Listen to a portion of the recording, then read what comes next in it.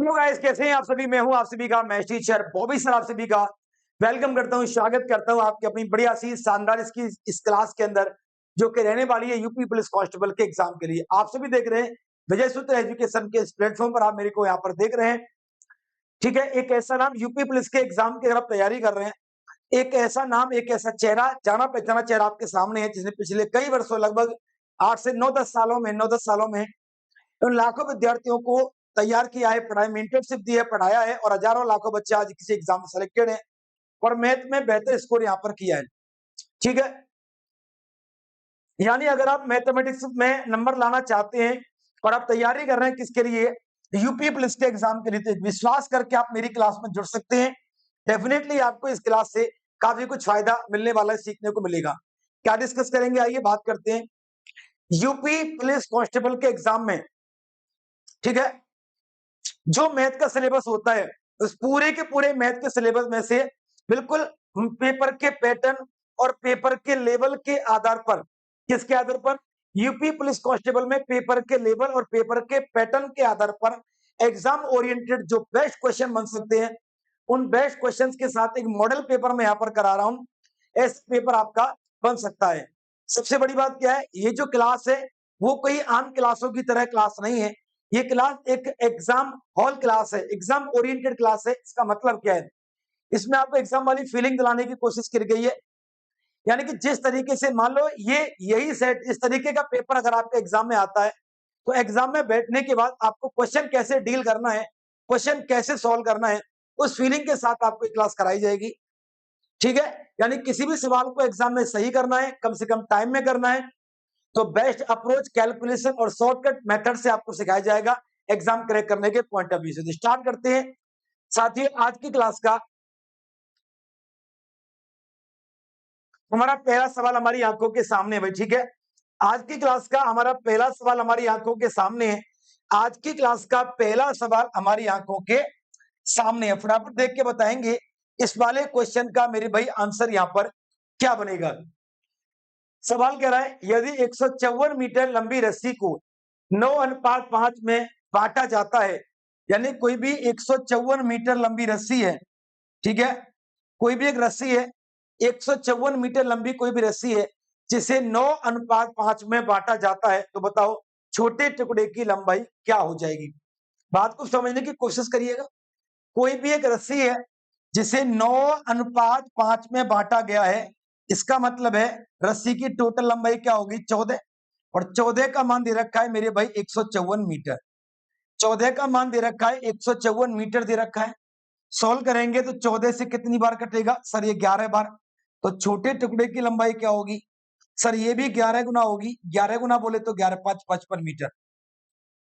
ठीक है जी, तो ये हमारे क्वेश्चन का आंसर होगा। पहला ही सवाल आपका बहुत ही गजब का क्वेश्चन है, बिल्कुल एग्जाम ओरिएंटेड सवाल और एग्जाम में पूछा गया सवाल, जैसे पूरे सिलेबस में से पेपर के पैटर्न के आधार पर जो बेस्ट सवाल बन सकते हैं उन्हीं को डिस्कस करा रहा हूं। ठीक है, अगला सवाल देखिए। इसमें कुछ सवाल हमारे इजी भी होंगे, कुछ मीडियम होंगे, कुछ हार्ड एंड टफ भी होंगे।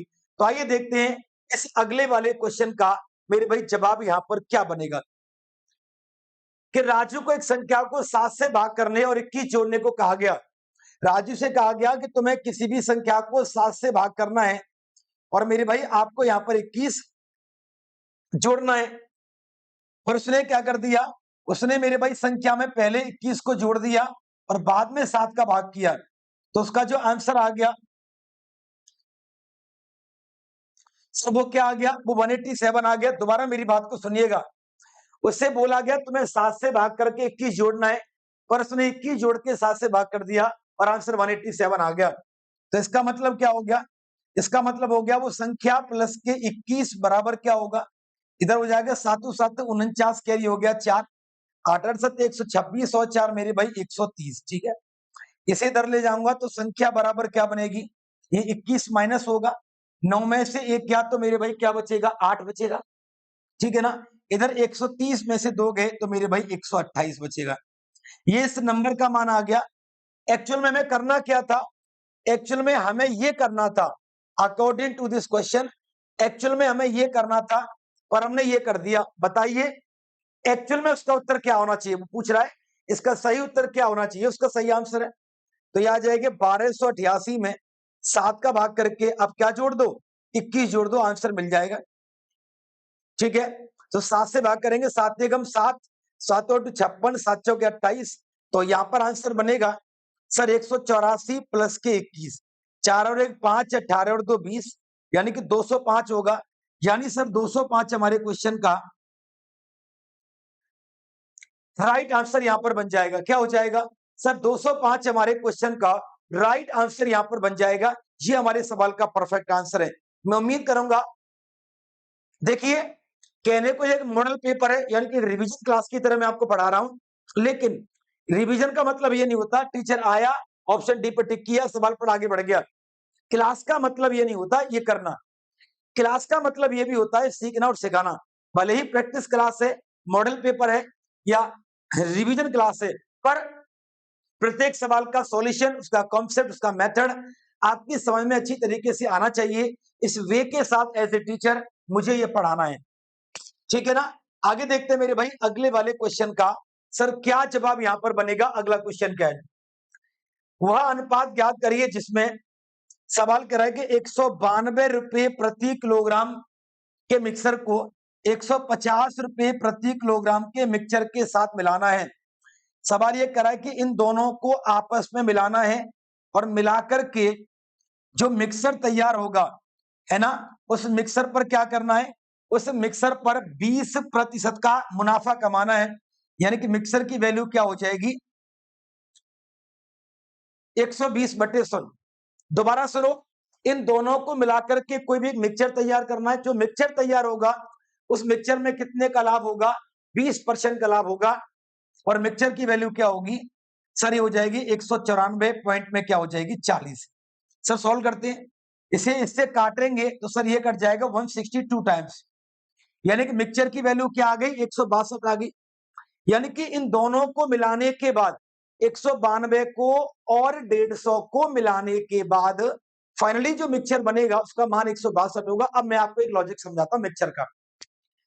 लॉजिक क्या है, जब दो अलग अलग चीजों को मिला के कोई नया मिक्सचर तैयार करते हैं तो वो मिक्सचर हमेशा एक से ज्यादा होता है, एक से कम होता है। तो इससे कितना ज्यादा है सर, ये 12 ज्यादा है। सर ये इससे कितना कम है मेरे भाई 30 कम है। तो यही इनकी रेशियो की वैल्यू होगी 6 दूनी 12 और 6 पंजे 30, 2 अनुपात क्या होगा सर 5 हमारे क्वेश्चन का क्या होगा भाई, राइट आंसर बनेगा। यही हमारे मिक्सर के कन्वर्जन रेशियो होगा, यानी कि जब दो अलग अलग मिक्सचर को आपस में मिलाया गया है तो उनके मिक्सचर की वैल्यू क्या बनेगी सर, उनके मिक्सचर की जो वैल्यू बनेगी सर वो क्या बनेगी, वो यही बनेगी जो हमारे बोर्ड पर दिखाई गई 2:5। चलिए मेरे भाई अगले वाले क्वेश्चन का आंसर यहां पर करते हैं। फटाफट आप ध्यान दीजिएगा, ऐसा सवाल जब पेपर में आएगा तो ये टाइम बचाने के लिए पेपर में 3 तरीके का पैटर्न होता है, इजी, मीडियम और टफ क्वेश्चंस। तो जो इजी क्वेश्चन होते हैं, इजी क्वेश्चन में हमेशा आप टाइम बचाया करिए। जो छोटे और इजी क्वेश्चन होते हैं उनमें हमेशा टाइम बचाइए, उस टाइम को उन बड़े टफ क्वेश्चन में लगाइए जो ट्रिक से सॉल्व नहीं होती है। हर एक पेपर में 5 से 7 क्वेश्चन ऐसे होते हैं जो दुनिया की किसी ट्रिक से सॉल्व नहीं होते, उनमें टाइम लगता है, उनमें लगाइए टाइम। देखिए इस सवाल को कैसे बनाएंगे, टाइम शुरू होता है अब। सवाल क्या कहता है, सवाल का दो संख्याओं के बीच का अंतर बड़ी संख्या का 60% है।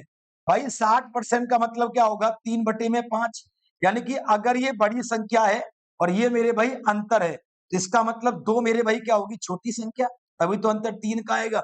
2 का ही मान 10 है 5 गुना, तो बड़ी का मान क्या होगा 5 गुना, यानी कि 25 होगा। 25 हमारे सवाल का आंसर है। यानी कि 22 सेकंड में इस सवाल को किया जा सकता है। कब, हाँ भाई 22 सेकंड में इस सवाल को हमने कर दिया। कब, जब मुझे ये आपको समझाना था। अगर ये सवाल एग्जाम में मेरे लिए आ जाए, है ना, एज ए स्टूडेंट और मुझे किसी को समझाना नहीं है, केवल अपना पेपर सॉल्व करना है, तो फिर इसे 10 से 12 सेकंड में भी किया जा सकता है। क्यों, क्योंकि 60% का मतलब 3/5 होता है। ये लिखने की आवश्यकता नहीं है, ये लाइन के 10 सेकंड कम हो जाएंगे, और भी बेहतर बनाया जा सकता है। लेकिन फिलहाल क्लास है तो क्लास में मुझे ये चीजें आपको सिखानी भी है और आपको सीखनी भी है, इसीलिए ये मैंने आपको इस तरीके से कर दिया। ठीक है, चलिए आगे देखिएगा, आगे आगे देखिएगा मेरे भाई अगले वाले सवाल का उत्तर यहाँ पर क्या हो जाएगा। ठीक है, ठीक है, अगले वाले क्वेश्चन का मेरे भाई आंसर यहाँ पर क्या बनेगा, फटाफट एक बार देखने की कोशिश करेंगे भाई, ठीक है। फटाफट एक बार देखने की कोशिश करेंगे कि अगले वाले क्वेश्चन का आंसर क्या होगा। ध्यान दीजिएगा, एक दूध वाला 20% का लाभ कमा रहा है दूध पे। कोई भी दूधिया है, जब दूध बेच रहा है तो कितने का लाभ कमा रहा है सर? वो 20% का लाभ कमा रहा है और दूध की मूल मात्रा में 10% का पानी मिला रहा है। आप मुझे बताइए, कोई भी दूध, या मान लो कोई भी दूध अपने आप में 100% है, बिल्कुल सही बात है। जब कोई भी दूधिया इसमें 10% का पानी ऐड करेगा तो इनडायरेक्टली ये लाभ 10% लाभ ही तो कमाएगा। जब दूधिया दूध में पानी मिलाएगा 10%, तो वो दूध 10% का लाभ कमाएगा। जितना पानी मिलाएगा उतना लाभ कमाएगा। इसका मतलब क्या है? कैसे सेकंडों में सवाल करते वो चीज सीखने को मिलेगी। यहाँ पर मैं फिर से कह रहा हूं, ये क्लास एग्जाम अप्रोच वाली क्लास है। अगर एग्जाम में सवाल आ गया तो आपको कैसे करना है, कम टाइम में सॉल्व होगा, सही से सॉल्व हो, वो अप्रोच आपको सीखनी है। तो आइए देखते हैं, क्वेश्चन का टाइमर शुरू होता है अब। अगर एक दूधिया 10% पानी मिला रहा है, 10 का लाभ कमाएगा, तो वैल्यू क्या हो जाएगी? 110 हो जाएगी। उसके बाद फिर वो 20% का लाभ कमाएगा डायरेक्टली, तो बेचेगा कितने में दूध को सर? वो दूध को बेचेगा मेरे भाई 132 में। जो दूध 100 का था 132 का हो गया, यानी कि 32% का प्रॉफिट हो गया। लीजिए 20 सेकंड में सवाल का उत्तर आ गया। लीजिएगा 20 सेकंड में हमारे क्वेश्चन का आंसर आ गया, जब मैंने ये आपको समझाया है। मैंने क्या बोला? जब ये स्टेप मैंने आपको समझाया है तो 20 सेकंड लगे हैं। अगर मैं नहीं समझाता, सीधे अपने लिए करता, तो 10 सेकंड और बच जाते। यानी कि मैथ के किसी भी सवाल को है, जो इजी सवाल होता है उसे लगभग 20 सेकंड में, और मीडियम सवाल जो होता है उसे 35 से 40 सेकंड में बनाया जा सकता है। हार्ड क्वेश्चन को लगभग 55 से ये 65 सेकंड में बनाया जा सकता है। तो ये जो 10 सेकंड यहाँ पर बढ़ रहे हैं, वो यहाँ पर बचाइए। इजी सवाल में हमेशा टाइम को इतना शॉर्ट बचा लीजिए, वो टफ क्वेश्चन में आपकी मदद करेगा। ठीक है जी, चलिए जल्दी फटाफट देखिए अगले वाले क्वेश्चन का आंसर यहाँ पर क्या होगा। ठीक है, आप चाहे तो मैं इस सवाल को तो 5 ही सेकंड में कर सकता हूं। अगर ये सवाल आपके पेपर में आ गया तो सर जी हम इसे कितनी देर में कर सकते हैं? मेरे भाई हम इस सवाल को 5 ही सेकंड में कर सकते हैं, with in 5 second. With in 5 second हम इसे कर सकते हैं। फटाफट देखिएगा अगले वाले क्वेश्चन का जवाब क्या होगा। जल्दी से देखेंगे, ब्रेक करेंगे, क्रैक करेंगे। एक फुटबॉल की कीमत मेरे भाई एक्चुअल में 9,000 है। अगर इस पर 30% की छूट है, देखिएगा मैं कैसे सॉल्व करता हूं। अगर किसी फुटबॉल पर 30% की छूट है तो फुटबॉल कितने की होगी? 70 की। एंड 9 7 63, 63 के फिगर में आंसर हो गया, डी ऑप्शन आंसर आ गया। 7 सेकंड में आंसर हो गया सवाल का। ये चीज आपको सीखनी है भाई। परसेंटेज पर निकाली गई कोई भी वैल्यू अपने आप में 100 होती है। अगर किसी वस्तु पर 30% की छूट है, ठीक है, यानी अगर किसी वस्तु पर 30% का डिस्काउंट है, तो वो वस्तु कितने की हो गई? सर वस्तु हो जाएगी मेरे भाई कितने की? 70% की। तो 9,000 रुपए की वस्तु है, वो एक्चुअल में कितने की हो गई? 70% की। और 70% बोले तो क्या हो गया? 6300 हो गया। तो बस यही हमने आंसर दिया था, डायरेक्टली आंसर है 9763, यानी कि जो ऑप्शन हमारा उत्तर होगा, जो 63 के फिगर में होगा, 63 विल बी द सही जवाब। ठीक है जी, चलिए जल्दी से बताइए एक बारी फटाफट आप लोग, क्या ये क्वेश्चन आपकी समझ में आया कि नहीं आया? ठीक है जी, आंसर इज द क्लियर। आगे बढ़ते हैं सर, अब अगले वाले क्वेश्चन पर चलते हैं। किस अगले वाले क्वेश्चन का जवाब क्या होगा? ठीक है, अब थोड़ा समझाने पर फोकस करते हैं। देखिए मैं आने आपको 2-3 सवालों में जल्दबाजी क्यों दिखाई, क्योंकि मुझे आपको ये बताना था एग्जाम अप्रोच क्या है। ये क्लास मॉडल पेपर या प्रैक्टिस के तौर पर रखी है, ये एग्जाम अप्रोच क्लास है। एग्जाम में बैठने के बाद अगर ये सवाल पेपर में आ गया तो आप इसे कैसे सॉल्व करोगे, ये सिखाएगा आपको। आगे, यदि 3,000 रुपए पर 5% की दर से 1 साल का ब्याज, सवाल क्या कह रहा है? 3,000 रुपए की राशि पर सर 5% की दर से 1 साल का जो ब्याज है, वो क्या ब्याज है? वो 2,000 रुपए की राशि पर 5% की दर से और n साल के ब्याज के बराबर है। इस सवाल में तो अलग अलग कंडीशन दी गई हैं, जरा ध्यान देना मेरे भाई। यहाँ पर ये सवाल में ये बोला गया है कि 3000 रुपए पर 5% 1 साल का ब्याज, 2000 पर n साल के 5% के ब्याज के बराबर है। ठीक है ना, बराबर नहीं है एक्चुअल में, वो 150 रुपए कम है, वो बराबर नहीं है, वो क्या है 150 रुपए कम है। अभी इसको बराबर रखते हैं तो बराबर ये होगा। सवाल कह रहा है कि ये वाला ब्याज इस वाले ब्याज से 150 रुपए कम है, हाँ इससे कम है। कंडीशन ये है कि ये वाला ब्याज इस वाले ब्याज के बराबर है, ओके दैट इज फाइनल। अगर बराबर होगा तो डायरेक्टली हम एन का मान पॉसिबिलिटी निकाल सकते हैं, लेकिन सेम कंडीशन पर एन का मान कैसे निकाले? तो एक काम करिए, बराबर को बराबर रहने दीजिए। वो ये कह रहा है कि ये वाला ब्याज इस वाले ब्याज से 150 रुपए कम है, तो 150 रुपए को यहां पर ऐड कर दीजिए। कहां पर ऐड कर दीजिए? उस 150 को इधर कम करा दीजिए। ये वाला ब्याज इस वाले ब्याज से 150 रुपए कम है, तो मेरे भाई जरा ध्यान दीजिएगा, 2 जीरो से गया 2 जीरो, 2 जीरो से गया 2 जीरो, 50 या 150। अब ये 150 इधर आएगा तो प्लस के 150 बन जाएगा, और ये बन जाएगा 20 पंजी 100 एन। देखते ही आंसर है मेरे भाई, 300 बराबर क्या होगा? 100 एन होगा, खत्म खत्म, एन बराबर 3, एन इज इक्वल टू 3, यानी कि 3 साल हमारे क्वेश्चन का यहां पर बन जाएगा। ठीक, अगला क्वेश्चन क्या है?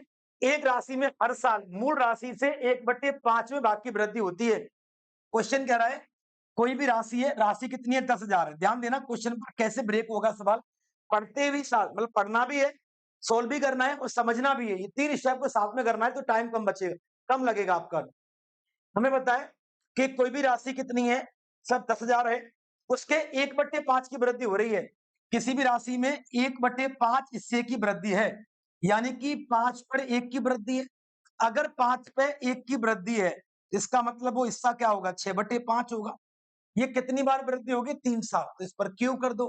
क्यू करने का मतलब क्या हो जाएगा? क्यू करने का मतलब हो जाएगा कि 10,000 गुणे में 6 का क्यू 216 है, 5 का क्यू मेरे भाई 125।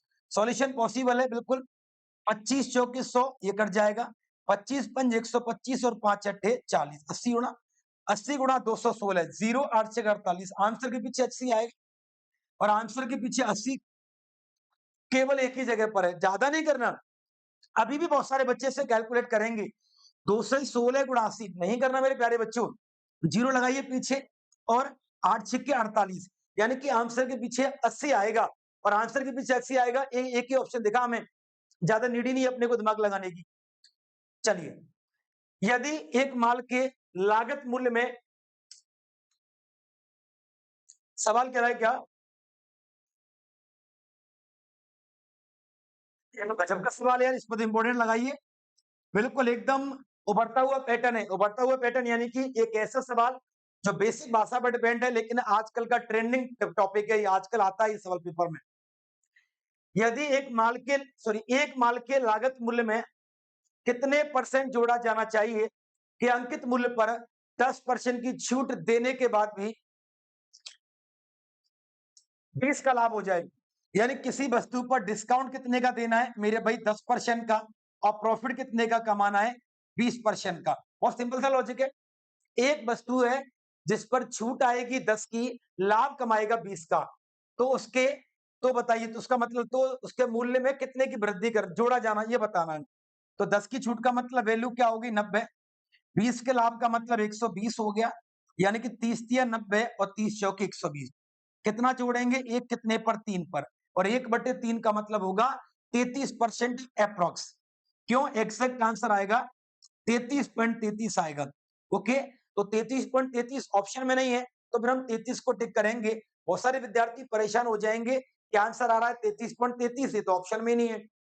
तो छोड़ना नहीं है उसको, हमें करना है, बिकॉज अगर हमारा एग्जैक्ट आंसर नहीं है तो उसके अप्रोक्सीमेट देखिए आंसर क्या होगा। अगर ऑप्शन दूर दूर है तो, ऑप्शन पास पास होते तो फिर हमें सोचना पड़ता। ठीक है जी, क्लियर है? चलिए अब आगे देखते हैं सर अगले वाले क्वेश्चन का क्या जवाब है। सर अगला क्वेश्चन है कि 8% की वार्षिक साधारण ब्याज की दर पर कि 1,500 रुपए का 4 साल का ब्याज क्या होगा? यानी कि 1,500 रुपए की राशि पर, ठीक है, 8% से 4 साल का ब्याज क्या होगा? मेरे भाई अगर ब्याज की दर 8% है तो 4 साल का ब्याज क्या होगा? 4 साल का ब्याज होगा 832%। टोटल ब्याज निकालेंगे तो आंसर आ जाएगा 480। 480 will be the right answer. 15 दूनी 30, 15 तिया 45 और 3 48 होगा। तो जनाब आंसर क्या बनेगा? ये 480 यहां पर आंसर देंगे। शिवा ने 2000 रुपए साधारण ब्याज और चक्रवृद्धि ब्याज पर निवेश किए हैं। क्वेश्चन में क्या दिया गया है कि 2000 रुपए को निवेश किया गया है साधारण ब्याज पर, चक्रवृद्धि ब्याज पर। ब्याज की दर 6% और समय 3 साल है। तो सवाल कह रहा है कि साधारण ब्याज और चक्रवृद्धि ब्याज में क्या फर्क होगा?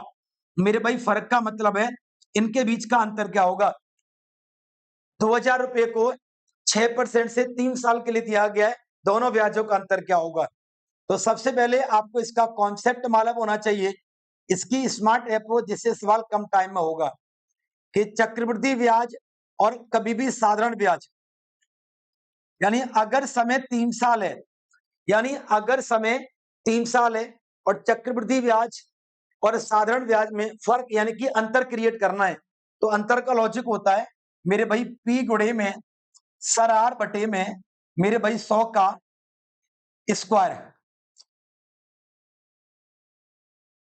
गुणे में 300 प्लस R बटे में 100। ये पैटर्न है सवाल का, रट लीजिएगा, कॉपी पर नोट कर लीजिएगा। अगर समय 3 साल है तो चक्रवृद्धि ब्याज और साधारण ब्याज का डिफरेंस क्रिएट करेंगे ऐसे। तो आइए निकालते हैं, सवाल को सॉल्व करेंगे। 2000 गुणे में R, 6 का स्क्वायर क्या होगा 36 बटे 100 का स्क्वायर क्या होगा मेरे भाई 10,000। 300 प्लस के 6 यानी कि 306 बटे में क्या होगा 100।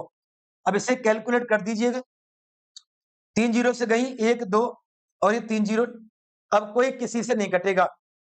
36 दूनी कितना हो जाएगा मेरे भाई 72 हो जाएगा। 72 गुणे में क्या होगा 306 बटे में क्या होगा मेरे भाई 1000। ध्यान से देखेंगे आंसर को तो हम पाएंगे कि नीचे 3 अंकों के बाद पॉइंट है, बिल्कुल सही है, 3 अंकों के बाद पॉइंट लगेगा।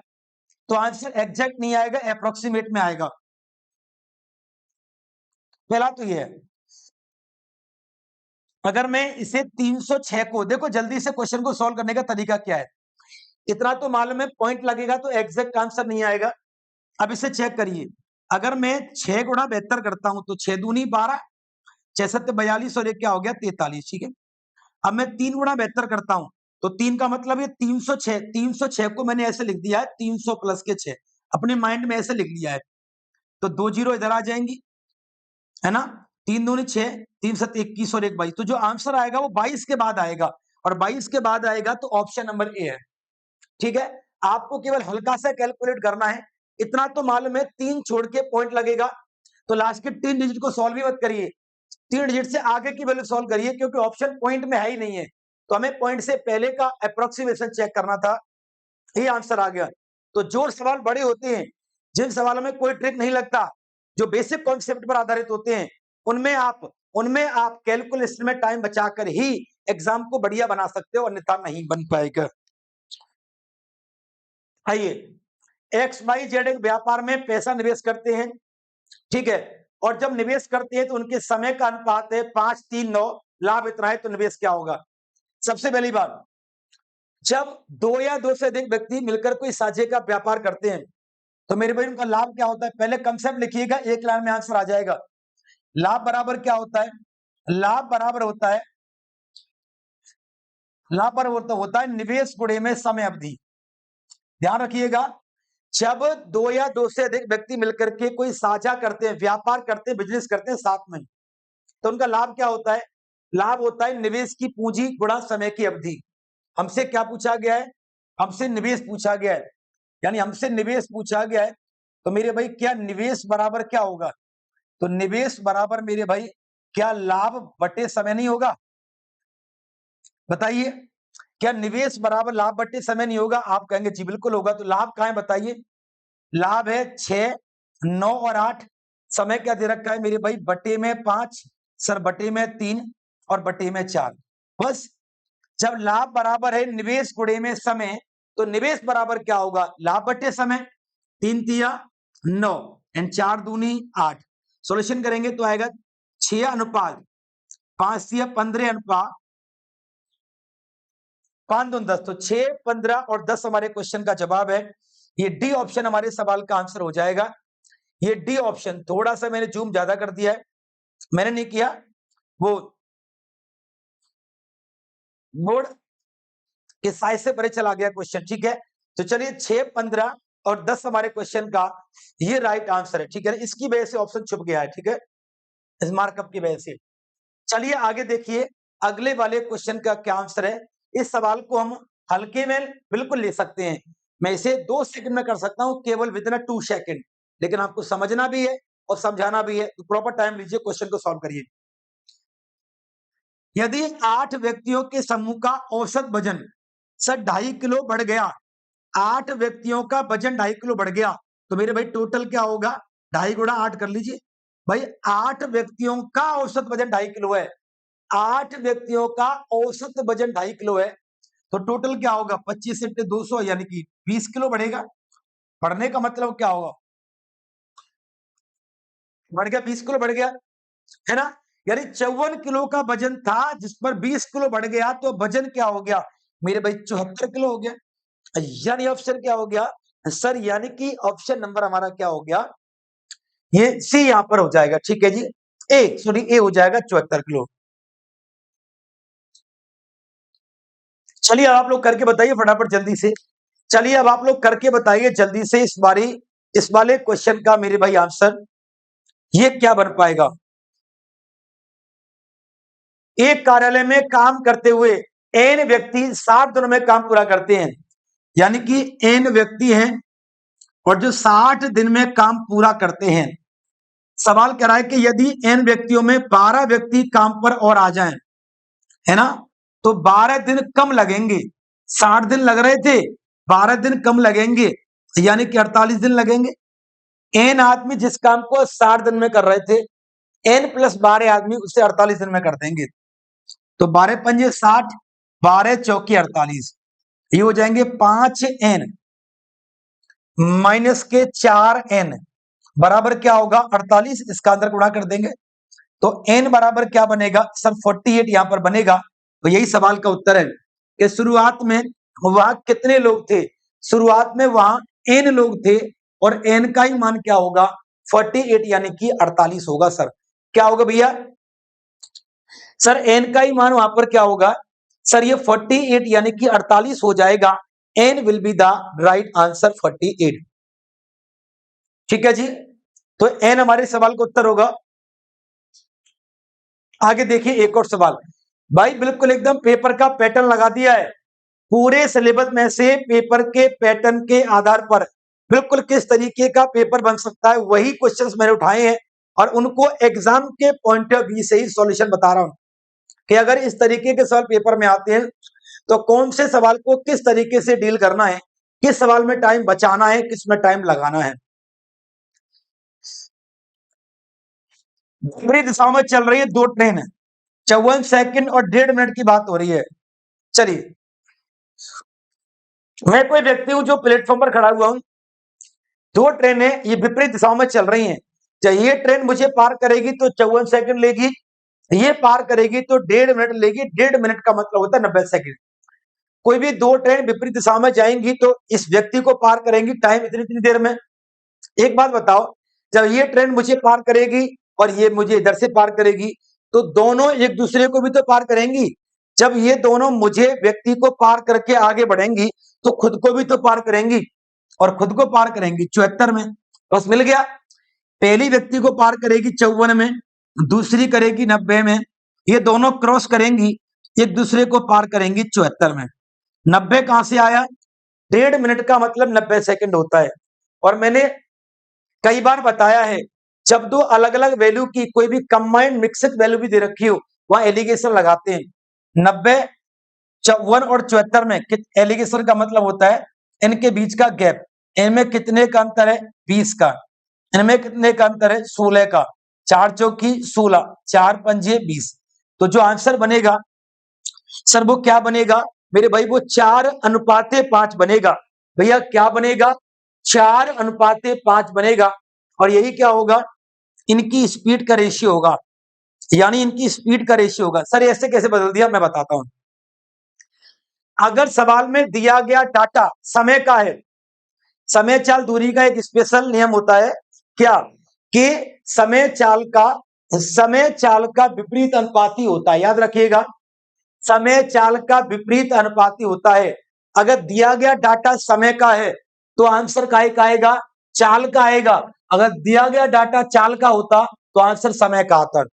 ठीक है, ये फैक्ट है, इसका नियम है ये। आगे आइएगा, 31 मैच खेले धोनी, महेंद्र सिंह धोनी ने, है कैप्टन कूल ने 31 मैच खेले हैं, है ना मेरे भाई, कैप्टन कूल ने 31 मैच खेले हैं और 31 इसका क्या है, औसत है। एक मैच वो और खेलेगा, उसके मैच कितने हो जाएंगे, 32 उसके क्या हो जाएंगे मैच, और औसत उसका 2 बढ़ जाएगा तो क्या हो जाएगा 33। औसत उसका क्या हो जाएगा 33 हो जाएगा, यानी कि 2 बढ़ जाएगा। ठीक है सर, क्लियर, इसको छोड़ दो। इतना मान लो कि उसका औसत क्या हो जाएगा, 2 उसका औसत क्या हो जाएगा, बढ़ जाएगा। अब क्वेश्चन का सॉल्यूशन देखना, कितना गजब का मेथड दूंगा। मतलब धोनी का 31 मैचों में औसत 31 का है, जैसे ही अगला मैच खेला औसत 2 बढ़ गया, 32वें मैच पर औसत 2 बढ़ गया, यानी कितना बढ़ गया मेरे भाई, 64 बढ़ गया। 31 पहले था, 64 बढ़ गया, तो रन कितने हो गए, 95। यानी कि उसने अब इस औसत को बढ़ाने के लिए, यानी कि 32वें मैच में इस औसत को बढ़ाने के लिए उसने कितने रन मारे होंगे अपने मैच में, उसने 95 रन बनाए होंगे, यानी कि लगभग शतक से चूक गया, अप्रोक्स लगभग शतक से चूक जाएगा। ठीक है ना। वैसे भी धोनी साहब ने अपने लाइफ में 6वें नंबर पर आकर के खूब शतक मारे हैं और खूब स्टाइलिश नंबर बनाए हैं। ठीक है, चलिए सर आगे देखते हैं। वनडे क्रिकेट में उनके जैसा कोई था ना है ना कोई आएगा। चलिए आगे देखते हैं सर, अगले वाले सवाल का क्या आंसर बनेगा कि 2 संख्याओं का मासा 4 है। 2 संख्याओं का मासा 4 है। पहले मैं आपको बताता हूं, कोई भी 2 संख्याओं का एलसीएम और एफसीएफ का जो गुणा होता है, कोई एक स्पेशल चीज बता रहा हूं, कोई नहीं भी 2 संख्याओं के एलसीएम और एफसीएफ का जो गुणा होता है वो क्या होता है, वो उन दोनों संख्याओं के गुना के ही बराबर होता है। ठीक है, लासा हो जाएगा मेरे भाई 150, मासा हो जाएगा मेरे भाई 4। एक संख्या 25 है, दूसरी का पता नहीं, 25 6 का 150 और 6 चौके 24। यानी कि जिस दूसरी संख्या के बारे में सवाल में बोला गया है, उस दूसरी संख्या का मान क्या बनेगा सर, ये 30 बनेगा। ठीक है, उस दूसरी संख्या का मान क्या बनेगा, 30 बनेगा। जल्दी से बताइए फटाफट मेरे भाई, इस अगले वाले सवाल का उत्तर क्या होगा। ठीक है, डी बन गया ना। अब इसको देखिए आंसर, ये वो सवाल है जो लास्ट के 5 सवाल, अगर 20 सवाल आपके पेपर में आएंगे या 25 आएंगे, लास्ट के 5 सवाल हर पेपर में मैथ के ऐसे होते हैं जो किसी भी ट्रिक और कंसेप्ट से परे होते हैं, वो मतलब टाइम टेकन सवाल होते हैं, उनमें टाइम लगाना है। ये कोई भी 5 संख्या दे रखी है, ये 5 संख्या एक सेट की है, कोई 5 संख्या है ना। सेट की प्रत्येक संख्या को 3 के साथ जोड़ करके 4 से गुणा कर दें तो औसत क्या हो जाएगा। यानी कोई 5 संख्या दे रखी है सर, 12 मेरे भाई 24 एंड 35 एंड 27 और 17। यानी किसी भी एक सेट में, एक डाटा में ये 5 संख्याएं दे रखी हैं और लास्ट में इन पांचों के औसत में परिवर्तन करना है। तो हम इनका औसत निकालते हैं पहले। ठीक है, इनका औसत निकालते हैं तो औसत बराबर क्या होगा, राशियों का योग बटे राशियों की संख्या। 7 और 7 14 और 6 20 और 25 और 2 27, असल लागे 2 2 और 1 3 और 2 5 और 8 10 और 11 117। 12 24 35 27 17 यही तो है। तो 4 में तो 6 और 5 11, 7 7 14 और 5 19 19 21 और 4 25, यही तो आते हैं। 7 7 14 और 6 20 25, 714 और 6 20 और 25, कैरी होगा 2 2 और 1 3 और 1 4 और 2 6 और 2 8 और 3 11 बटे में 5। यहाँ औसत कितना आ जाएगा, 23 आ गया। यानी इस सवाल में जो डाटा दिया गया है, इस दिए गए सेट के डाटा का औसत क्या होगा मेरे भाई, 23 होगा। सवाल क्या कह रहा है, इसमें 3 जोड़ दो, 3 जोड़ देंगे तो मेरे भाई औसत क्या हो जाएगा 26। 4 से गुणा कर देंगे तो औसत क्या हो जाएगा 104। वो यही पूछ रहा था 104 इसके औसत में परिवर्तन क्या होगा।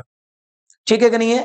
दिए गए डाटा के औसत में परिवर्तन पूछ रहा था तो हमने क्या कर दिया, डायरेक्ट औसत निकाल के परिवर्तन कर दिया, डायरेक्ट औसत निकाल के परिवर्तन कर दिया। ठीक है, थोड़ा सा टाइम टेकन सवाल है बट हमने टाइम इसमें लिया नहीं है। ठीक है, हमने आपको पहले ही बोल दिया बिल्कुल जिस तरीके का पेपर आता है एग्जैक्ट पेपर की तरह मैंने ये मॉडल पेपर तैयार किया है। पहले 5-6 क्वेश्चन इजी थे, बीच में 2-3 मीडियम लेवल के आए और लास्ट में 4-5 क्वेश्चन लंबे तगड़े सवाल है। ठीक है, आइए एक कॉलेज की छमाही परीक्षा की बात हो रही है। ये लीजिएगा हम एक डायग्राम से निपटा देते हैं जिसकी वजह से आपका ये सवाल इजीली क्या हो जाएगा, बढ़िया तरीके से मेरे भाई क्या हो जाएगा, सॉल्व हो जाएगा। ठीक है कि नहीं है। नहीं जी नहीं, डायग्राम बनाएंगे इस तरीके का। चलिए सर, सवाल यहां पर क्या कह रहा है, आइए जरा ध्यान देते हैं। एक कॉलेज की छमाही परीक्षा में, एक कॉलेज की छमाही परीक्षा में भौतिक में 48% छात्र उत्तीर्ण होते हैं। क्या होते हैं, उत्तीर्ण होते हैं 48% छात्र भौतिकी में, यानी कि 48% छात्र काय के हैं मेरे भाई फिजिक्स के हैं। ठीक है, उत्तीर्ण होते हैं। 42% छात्र ये काय के हैं सर, ये केमिस्ट्री के हैं, ये केमिस्ट्री के हैं। कितने, ये 42% छात्र हैं। ठीक है, और ये काय के हैं, ये बोथ यानी कि दोनों के हैं। ये 10% छात्र दोनों के हैं जो पास होते हैं। अब मेरी बात समझिएगा, ये सवाल आपका रहा मात्र 5 सेकंड का, पढ़ा है लेकिन 5 सेकंड में कर दूंगा। मुझे बताया कि 48 छात्र ऐसे हैं जो पास होते हैं फिजिक्स में। आप मुझे बताइए फिजिक्स में पास होने वाले कितने रह गए सर, 48% फिजिक्स में पास होते हैं, केमिस्ट्री में होते हैं 42। यानी अगर मैं फिजिक्स प्लस के केमिस्ट्री की बात करता हूं तो कितने हो गए, 48 और 42 कितने हो गए मेरे भाई, 90% हो गए। फिजिक्स में 48 पास हो रहे हैं, केमिस्ट्री में 42, यानी कितने हो गए, 90। लेकिन ये 10% छात्र ऐसे हैं जो इनमें कॉमन है। सर कैसे है, इनमें कॉमन है, यानी 10 छात्र ऐसे हैं जो हमने फिजिक्स में भी काउंट किए और केमिस्ट्री में। इन्हें अगर हम यहां से हटा दें तो फिजिक्स और केमिस्ट्री की वैल्यू क्या बचेगी, 80% बचेगी पास वाले। यानी फिजिक्स और केमिस्ट्री में 80 पास होते हैं, तो बताओ फेल कितने होंगे सर, परसेंटेज में विपरीत कर दो 100 के, 20% होंगे। अगर टोटल परसेंटेज वैल्यू 100 है, अगर 80% पास हैं तो फेल कितने होंगे, 20। वो यही पूछ रहा था कि असफल छात्रों का परसेंटेज क्या होगा सर, 20 होगा। ओके, ये हमारा 20वें नंबर का क्वेश्चन है। यदि कोई राशि 4 साल में, सवाल कराए कि 4 साल में चक्रवृद्धि ब्याज पर राशि मेरे भाई 2 गुनी है, 3 गुनी, 3 गुनी है मेरे भाई, कितनी गुनी है, 3 गुनी है। तो बताना है कितने साल में ये 27 गुनी होगी। चक्रवृद्धि ब्याज क्या होता है पहले ये जानिए। चक्रवृद्धि ब्याज हमेशा, चक्रवृद्धि ब्याज जो होता है वो समय के हिसाब से बराबर ब्याज मतलब एक्स्ट्रा ब्याज देता है। पहले अगर मैं चक्रवृद्धि ब्याज के बारे में समझूं तो इसका मतलब क्या होता है, चक्रवृद्धि ब्याज समय के हिसाब से बढ़ता ही रहता है, बढ़ता ही रहता है ब्याज पर ब्याज। तो दुगने का मतलब होगा 3 गुने का मतलब क्या होगा, 3 गुने का मतलब होगा 3 पर 1 ब्याज। 27 का मतलब होगा 3 पर 3, यानी कि ब्याज की पावर 3 गुनी है तो टाइम भी 3 गुना होगा, यानी कि 12 साल। फटा सावन की घटा। हो गया यहाँ तक। चलिए और देखते हैं, 20 क्वेश्चन हमें करने थे पर फिर भी कुछ और भी क्वेश्चन देखते हैं जो बाकी में एग्जाम के फंसाने के लायक होते हैं। आइए, ये प्रतिदिन 8 घंटे काम करता है और 80 रुपए प्रति घंटा लेता है। ये क्या करता है सर, ये 80 रुपए प्रति घंटे लेता है, 80 रुपए प्रति घंटे लेता है ना। और काम कितने घंटे करता है, 8 घंटे करता है ना। यानी 1 घंटे के 80 रुपए लेगा तो 8 घंटे के कितने लेगा, 8 घंटे के लेगा 640 रुपए लेगा। ठीक है, बी क्या कर रहा है सर, बी क्या कर रहा है, बी बी की सैलरी है 60 रुपए प्रति घंटे और बी काम कितना कर रहा है, 6 घंटे। अगर 1 घंटे में 60 रुपए लेता है, 6 घंटे में कितने लेगा तो सर 360 रुपए लेगा। बस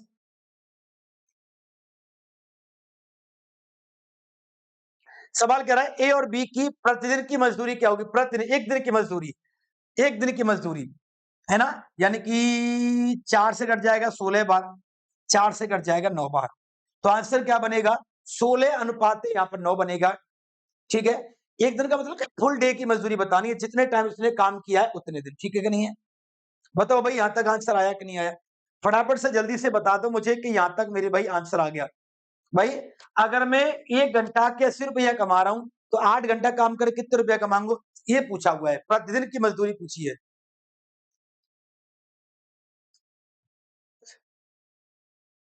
जब एक पूर्णांक n को 7 से भाग करते हैं, जब एक पूर्णांक n को 7 से भाग करते हैं तो शेषफल क्या आता है, 3 आता है। जब n को 6n बनाते हैं और 7 से भाग करते हैं, यानी जो संख्या n थी उसे बना दिया 6n, यानी संख्या को 6 गुना कर दिया। संख्या 6 गुनी है तो शेषफल भी 6 गुना होगा, यानी क्या होगा 18। 18 को 7 से भाग करेंगे तो आंसर रिमाइंडर क्या बनेगा मेरे भाई, 4 बनेगा। रिमाइंडर क्या बनेगा सर, 4 बनेगा। ठीक है,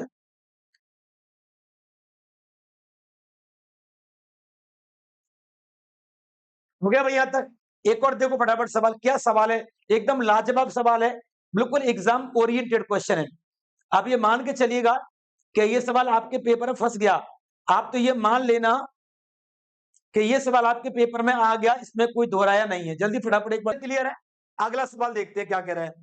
5 सेमी त्रिज्या का गोला पिघला करके 2 सेमी त्रिज्या के वाले गोले बनाना है, यानी कि कोई भी एक बड़ा गोला पिघलाना है, कोई भी एक बड़ा गोला पिघलाना है जिसकी रेडियस कितनी है मेरे भाई, 5 सेंटीमीटर है। इसे पिघला के छोटा गोला बनाना है, कोई भी छोटा गोला बनाना है 2 सेंटीमीटर का। तो बताओ कितने गोले बनेंगे? अब मैं इसका पैटर्न समझाता हूं। जब भी किसी भी गोले को, बड़े गोले को पिघला के छोटा गोला बनाएंगे, इसका मतलब क्या है? इसका मतलब है कि बड़ा गोला हमेशा छोटे गोले से भाग होगा, और गोले का भाग होने का मतलब है त्रिज्या का क्यूब। तो 5 का क्यूब डिवाइडेड बाई 2 का क्यूब, यानी कि 125 बटे में 8, 15 अट्ठे 120, 15 गोले पूरे बनेंगे, फिर 5 बटे 8 हिस्सा बच जाएगा। उसने पूछा है कितने गोले पूरे बनेंगे, तो 15 गोले। जब किसी गोले को पिघलाया जाएगा तो हमेशा उसकी त्रिज्या पिघलेगी, उसका आयतन पिघलेगा। तो आयतन का मतलब क्या होगा, त्रिज्या का क्यूब। आगो करना, आगो बताओ भाई। ये लो एक और नंबर क्वेश्चन। ये तो पूरे सेट का सबसे टफ पेपर है, क्वेश्चन है। ये सवाल पेपर में आ गया तो 80% बच्चे टच ही नहीं करेंगे इस सवाल को। ठीक है ना, 70% बच्चे इस सवाल को टच नहीं करेंगे, देख के छोड़ देंगे। लगभग आगे के 20% बच्चे हैं जो प्रयास करेंगे और टाइम ज्यादा लगा देंगे। लास्ट के 10% बच्चे ऐसे हैं जिन्हें अप्रोच कंसेप्ट मालूम है, वो सही भी करेंगे और कम टाइम में भी करेंगे। चलिए, एक वस्तु की कीमत 40,000 है, खुदरा व्यापारी इसकी 62.5% की बात कर रहा है। मेरे भाई सवाल क्या कह रहा है, कोई भी खुदरा व्यापारी इसके 62.5% वैल्यू की बात कर रहा है। 62.5% का मतलब क्या होता है? इसका मतलब होगा 625 बटे में कितना होगा, 1000। 1000 क्योंकि परसेंट के 2 जीरो, एक पॉइंट के 1 जीरो। 25 से कट जाएगा 25 बार, 25 चौके 100, फिर पचम 25 और 5 अट्ठे 40। इसका मतलब क्या है, ये मालूम चल गया कि 60% की जो वैल्यू है वो 5 बटे 8 है ना, यानी कि टोटल अगर 8 है तो 8 का एक हिस्सा तो हो गया 5, तो बचा हुआ हिस्सा क्या हो गया 3। भाई सवाल में बोला गया है कि किसी भी वस्तु की कीमत इतनी रखी है, उसका 62.5%, तो 62.5% का मतलब 5 बटे 8 होगा, यानी कि 5 अगर टोटल है, एक हिस्सा 5 होगा, एक हिस्सा होगा 3। इसे बेचा गया है 10% के डिस्काउंट पर, और इसे बेचा गया है मेरे भाई 4% के डिस्काउंट पर। तो डिस्काउंट कितने का मिलेगा, 4 × 12% का, इस पर मिलेगा 5 धड़े के 50% का। सवाल कह रहा है दोनों को मिला के कुल डिस्काउंट क्या होगा, दोनों को मिला के डिस्काउंट होगा 62%, टोटल कितने पर, 8 पर।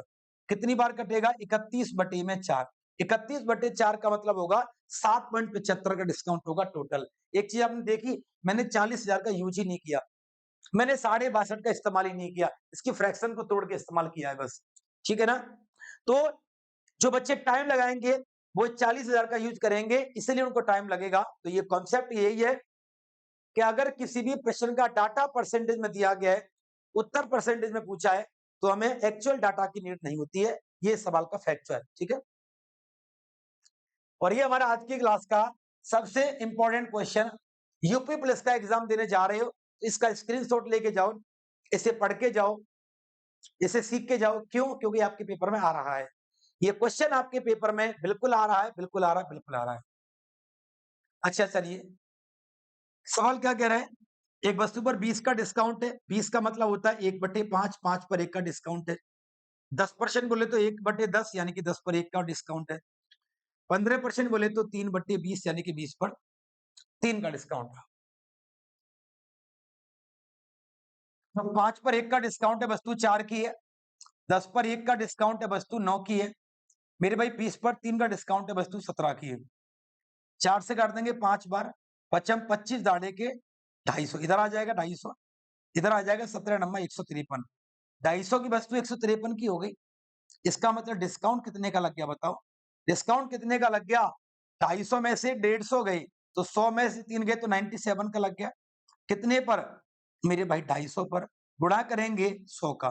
50 पंजे 250, 50 दूनी 100, 2 सत्ते 14 और 2 नंबर 18 19 बटे में 5। सॉल्व कैसे करेंगे? 5 से 15 44 हो गए, 5 अट्ठे 40 और 5 अट्ठे 40। तो आंसर क्या होगा? 38.8% बनेगा। ये सर इस सवाल का उत्तर है। ठीक है जी, आंसर बन गया आपका।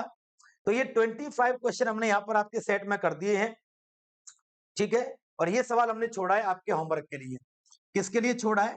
सर ये वाला सवाल हमने छोड़ा है आपके होमवर्क के लिए। इस सवाल का आप स्क्रीनशॉट ले लीजिएगा, ठीक है? और इस सवाल का आंसर आपको होमवर्क में देना है, ठीक है ना?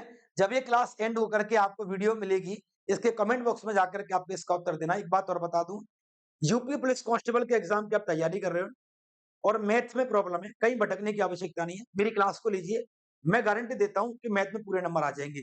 मैं बॉबी इस बात का चैलेंज करता हूं, एक्सपेक्ट करता हूं कि 100% पेपर फंसा दूंगा अपनी क्लास से, चाहे यूट्यूब पर हो चाहे एप्लीकेशन पर हो।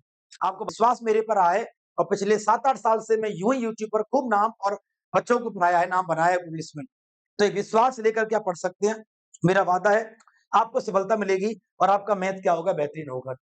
आपकी तैयारी को और बेहतर बनाने के लिए मैं आपको बता दूं, हम यूपी पुलिस के लिए, है ना, एक रिवीजन बैच हमने प्लान किया है।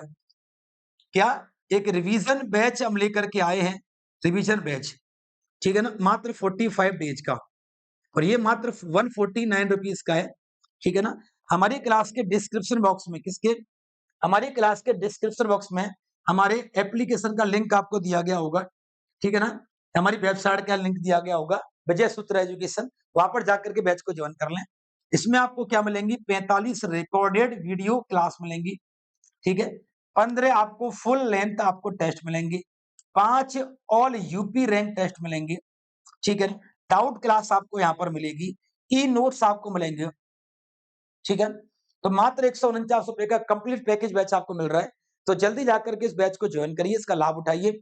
और एक बात और, जितने बच्चों ने हमारी वीडियो को देखा, सभी साथियों से हाथ जोड़ के निवेदन है, हमारी वीडियो को एक बार लाइक करिएगा, वीडियो को शेयर करिएगा अपने दोस्तों तक, और चैनल को सब्सक्राइब जरूर करिएगा, ताकि हमारी जितनी भी क्लासेस होती है, मेरी जितनी वीडियो जाती है, उन सभी का नोटिफिकेशन आपको मिलता रहे, ठीक है कि नहीं है?